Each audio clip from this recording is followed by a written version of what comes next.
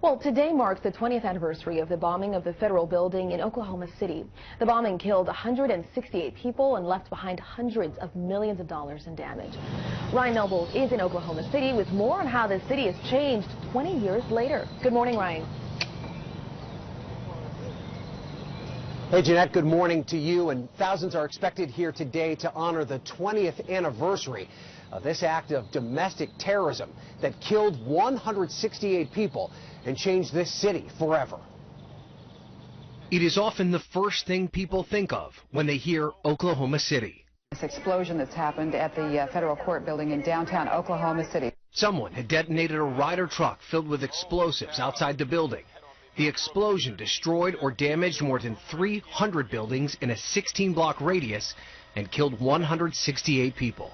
The bombing in Oklahoma City was an attack on innocent children and defenseless citizens. Within days, the two men behind the attack were behind bars. An Oklahoma State trooper pulled over Army veteran Timothy McVeigh for driving without a license plate 90 minutes after the attack. Shortly before his release, 2 days later, he was recognized as a bombing suspect.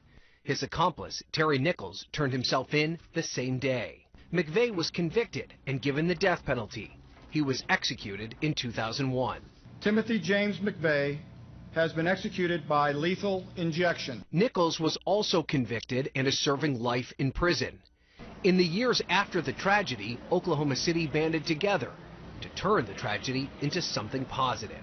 They built this solemn memorial on the site of the former Murrah Federal Building. It was dedicated exactly 5 years after the bombing took place. Each victim is honored with a symbolic chair, including 19 smaller chairs in honor of the children that died. The selfless actions that average people took in the moments after the bombing and beyond became known as the Oklahoma Standard. And we're expecting a number of high-profile speakers here today, including the current FBI director and the current secretary of the Department of Homeland Security. The keynote will be delivered by former President Bill Clinton, who was, of course, in office on the day of this bombing 20 years ago. Jeanette, back to you. Thanks so much, Ryan. We appreciate it.